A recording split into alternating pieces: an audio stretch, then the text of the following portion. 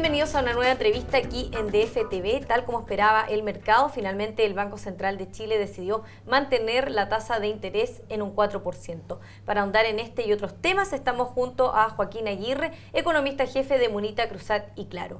Joaquín, muchas gracias por estar aquí con nosotros. Gracias. Finalmente no hubo sorpresa, ¿cierto? Los analistas esperaban que el banco mantuviera la tasa de interés en el rango actual. ¿Cuándo creen ustedes que el banco podría volver a hacer un movimiento de la tasa?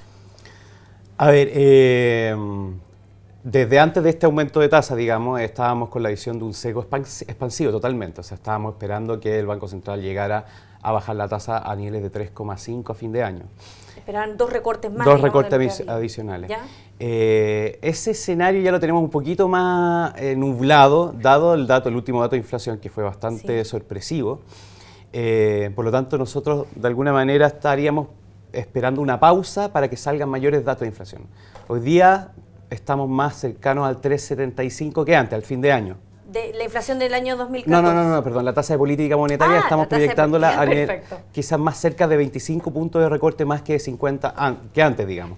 Pero nos falta un poco más de datos, nos falta un poco más de cómo evoluciona la variable de inflación, si esto fue un aumento muy temporal y el tema de la actividad, cómo va a encauzarse en el futuro. Pero sí, si yo tuviera que decirte cómo están las proyecciones en general, yo diría que un recorte adicional de 25 puntos base en junio, julio es probable. Claro, las apuestas dan que en el mes de junio probablemente haya un nuevo... No hay que olvidarse porque la discusión se centra...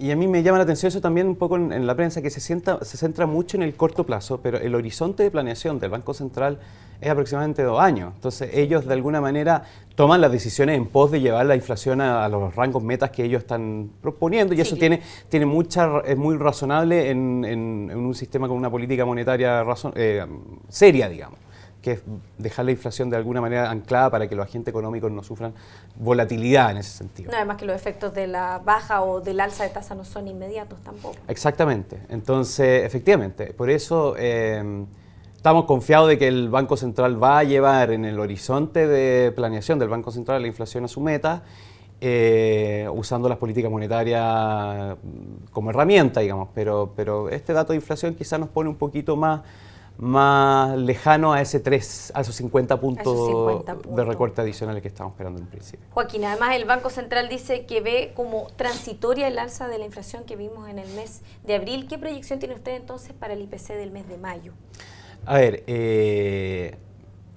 la proyección mensual es muy difícil de calcular. O sea, es un tema nosotros estamos más comprometidos con la inflación anual, porque la inflación mes a mes, o sea, es muy delicado. Influyen muchos factores. Muchos factores que de hecho no están disponibles cuando sale la inflación también.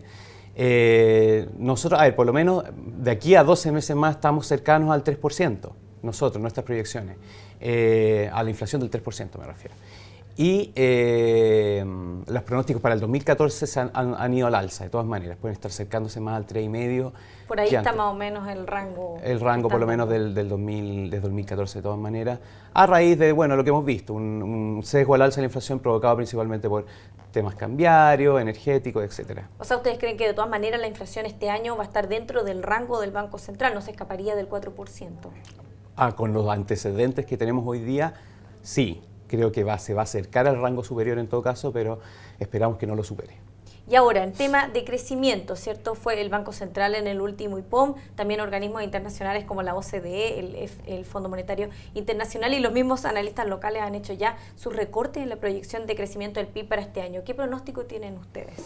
Se acerca más al 3% que antes para el 2014.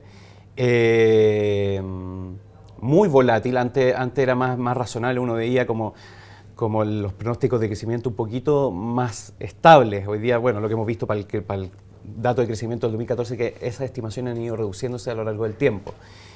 Nuestros pronósticos están alrededor del entre el 3 y 3,5%, pero claro, sujeto a muchas cosas, muchos escenarios que son bastante volátiles, tanto locales como internacionales. El tema internacional, evidentemente, China es clave para nuestro país y para los exportadores de materias primas. Totalmente, muy data dependiente de China, y China está en un cambio de modelo de crecimiento que es bastante difícil de pronosticar y de predecir en general.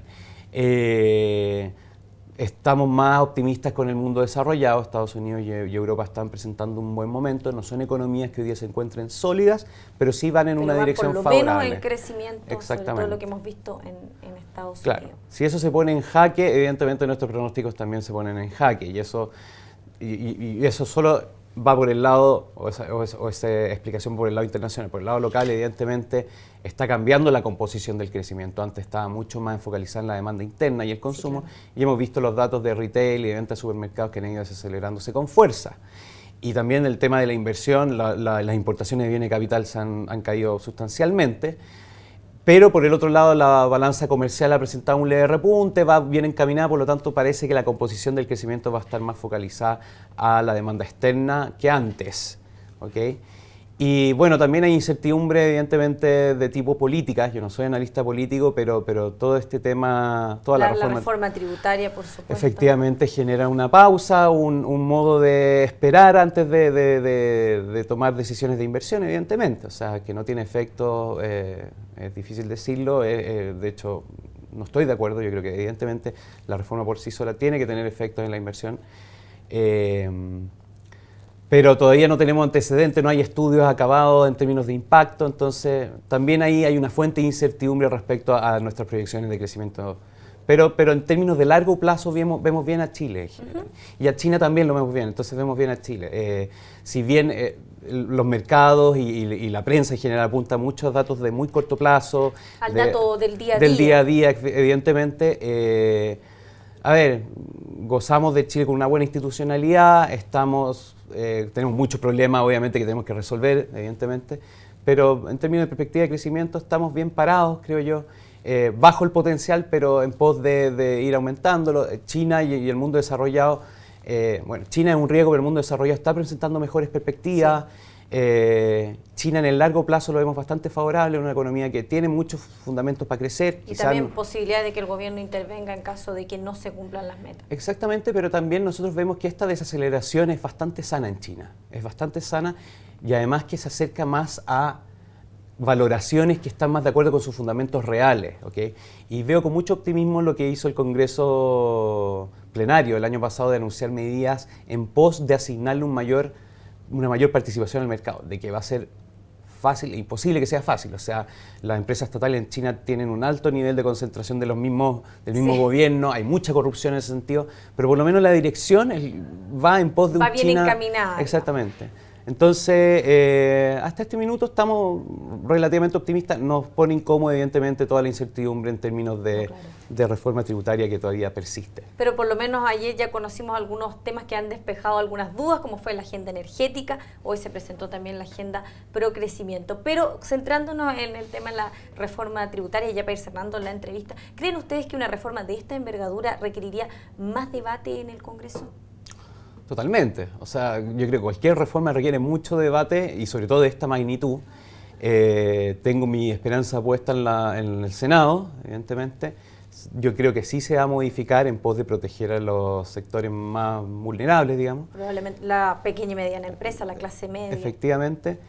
Y bueno, un poco mencionando lo que tú decías respecto a la agenda pro competitividad y energética, me parece fantástico que ahora salga a relucir un poco más el Ministerio de Economía, que es donde está la productividad, donde está la parte micro, donde Chile de alguna manera tiene que funcionar en relación a sus factores productivos. Es ahí donde la discusión no se ha ido mucho. Entonces, bueno, la noticia acaba de salir, tengo que revisarla con más detalle. Hay que ver los detalles también de la misma agenda. Pero en términos muy generales y a grosso modo me parece fantástico que ahora el ministro de Economía tome más protagonismo en ese sentido. Joaquín, muchas gracias por haber estado aquí con nosotros comentando cifras locales y también obviamente los temas económicos internos como son la agenda energética, la reforma tributaria. Muchas gracias. Y a ustedes los esperamos en una siguiente entrevista aquí en DF TV.